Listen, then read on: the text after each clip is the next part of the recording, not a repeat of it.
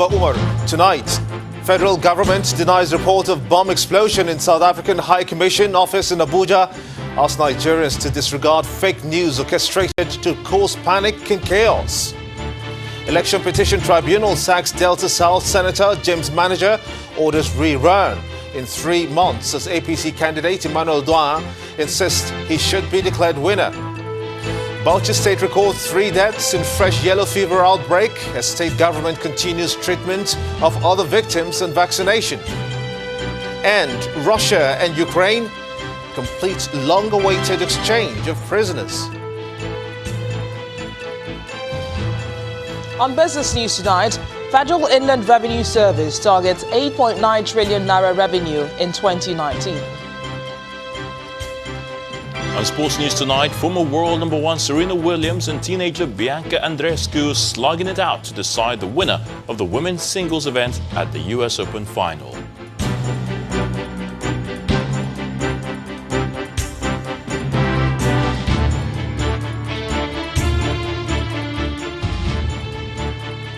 There was no bomb explosion in Abuja today, and the federal government says that the report of a purported explosion in the nation's capital is fake news orchestrated by desperate people to cause panic and chaos. The Minister of Information, Lai Mohammed, made this confirmation following social media reports of the purported bomb explosion at the South African High Commission. The minister says that the viral video is that of a bomb explosion which happened at the Emab Plaza near Debunks in Abuja on June the 25th, 2014. He maintains that the information is fake news as he appeals to Nigerians to be discerning at this time by checking the veracity of any information they receive. Mr. Lai Mohammed also warned those behind the orchestration and the fake news as well as disinforming campaign to stop forthwith or be made to face the full wrath of the law. In the meantime, the special envoy sent to South Africa by President Muhammadu Buhari today returned to the country after meeting with South African President Cyril Ramaphosa.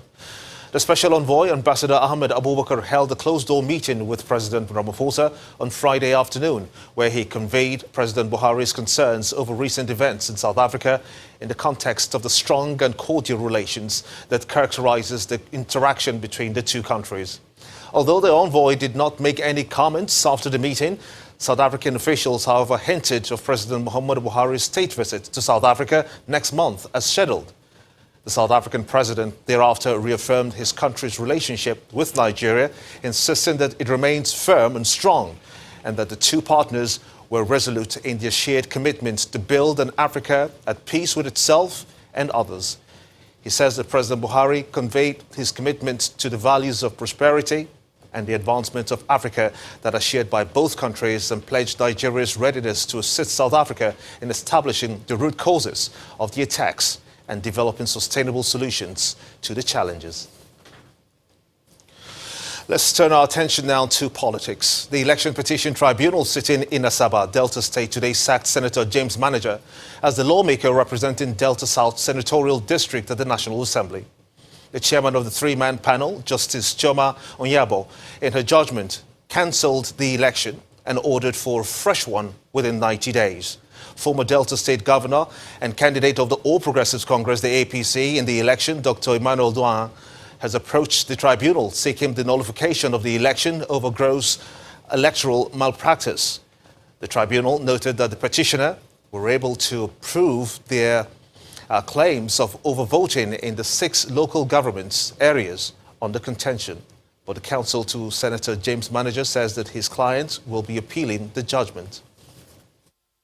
As counsel to PDP, I am utterly dissatisfied with the judgment just delivered, and we shall go on appeal. I think we have formidable grounds that when we go on appeal, the judgment will be assailed. Formidable grounds. We expected that the petition filed by the petitioner, Dr. Eweta Odoa, was going to be dismissed with substantial costs. But the reverse is the case, where the Election Petition Tribunal came up with a judgment nullifying the elections and ordering that fresh elections be conducted.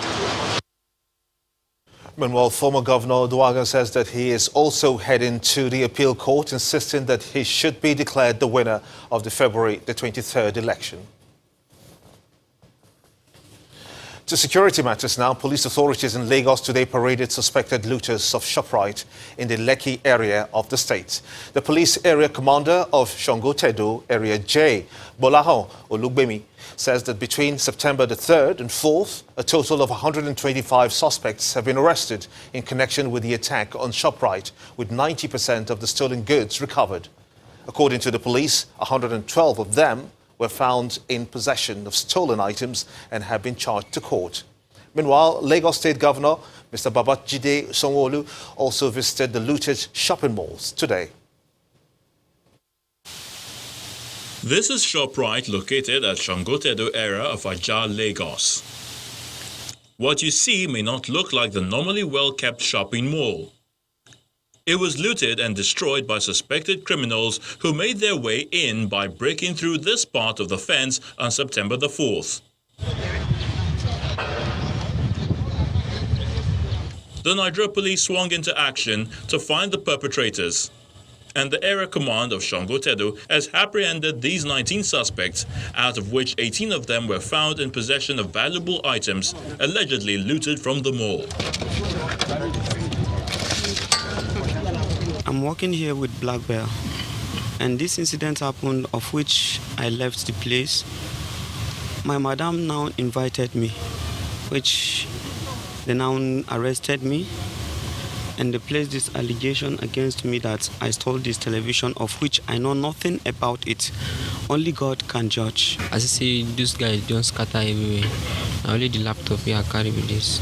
According to the State Police Public Relations Officer, a total of 125 suspects have been arrested. We recovered a lot of those looted items from them, and we got about 125 of them arrested with those items as they are moving with them.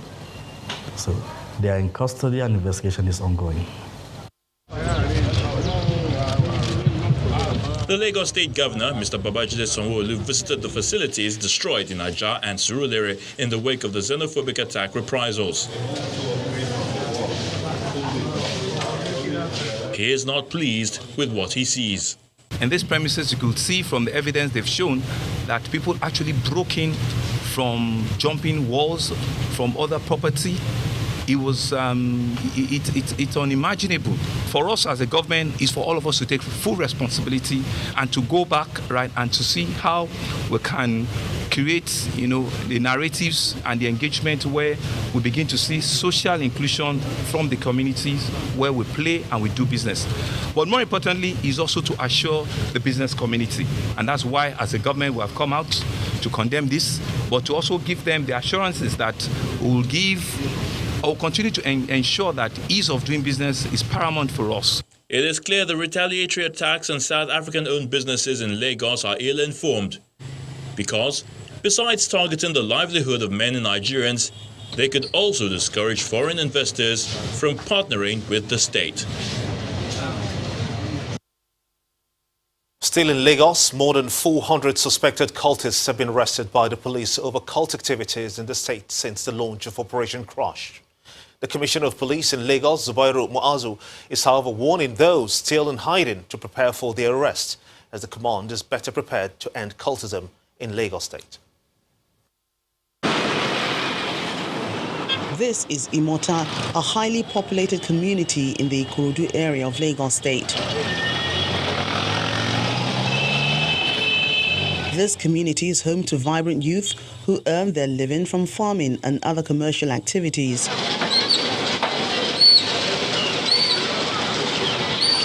Previously, supremacy clashes were the order of the day here until 2017, when many members of various cults renounced their membership and subsequently surrendered their arms, paving the way for peace to reign.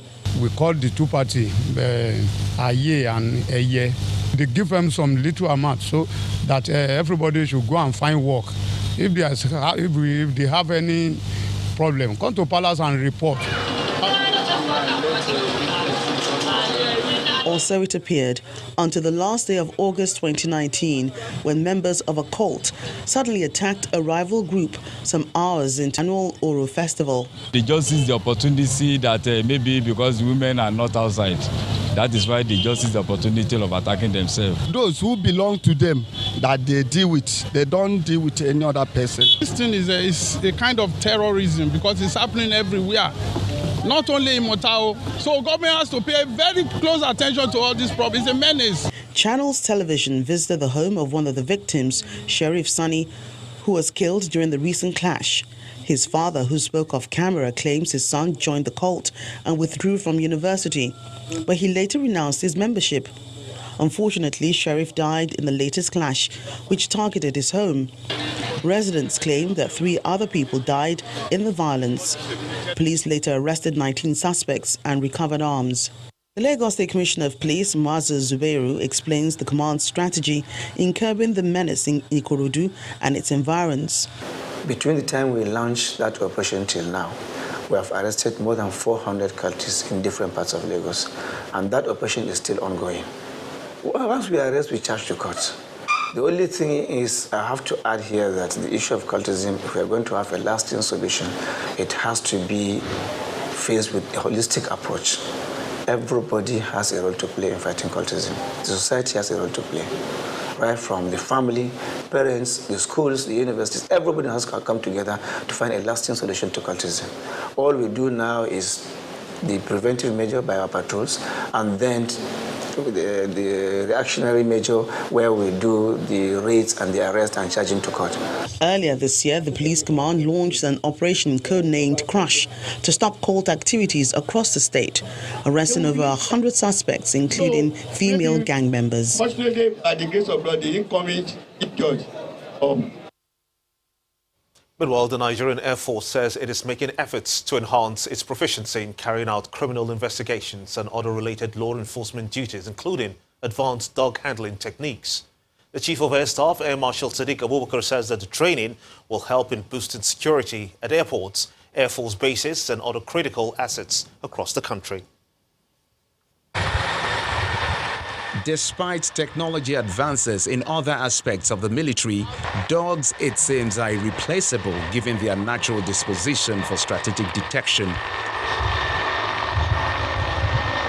With verbal cues and hand gestures, the K9 unit of the Air Provost Special Directorate assists the military and law enforcement personnel to carry out investigation duties, including tracking of suspects, detection of narcotics and explosives, as simulated by these 20 K9 handlers who just graduated in Kaduna.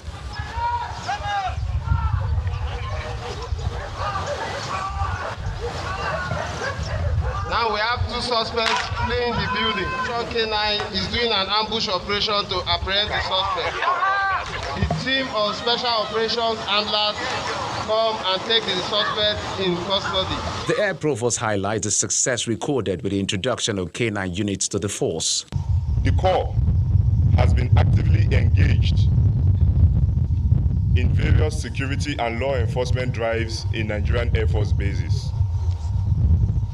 Some of these successes have been recorded in places like Lagos, Yola, Port Harcourt, and here in Kaduna. The Chief of Air Staff, Air Marshal Sadiq Abubakar, says the attention on the K9 unit is a result of a gap analysis conducted to better position the force by employing holistic capacity development for the protection of military assets and provision of military aid to civil authorities.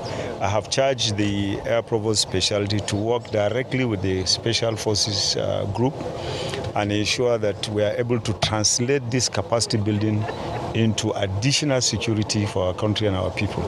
And I'm sure they will work on that, and very soon we'll begin to see exercises, particularly on some of these roads where we are having difficulties. Kaduna Abuja is one, Kaduna Birnin Gwari is one, and some other places in the southwest we have also a unit, the quick response group in Ipetu Ijesha in Osun State. we are building capacity there so that it will enable us to add value to what is happening in the southwestern zone of Nigeria, working hand in hand with other security agencies. The Provost Unit of the Nigerian Air Force is one of the specialist directorates charged with the responsibilities of security, law enforcement, and base defense.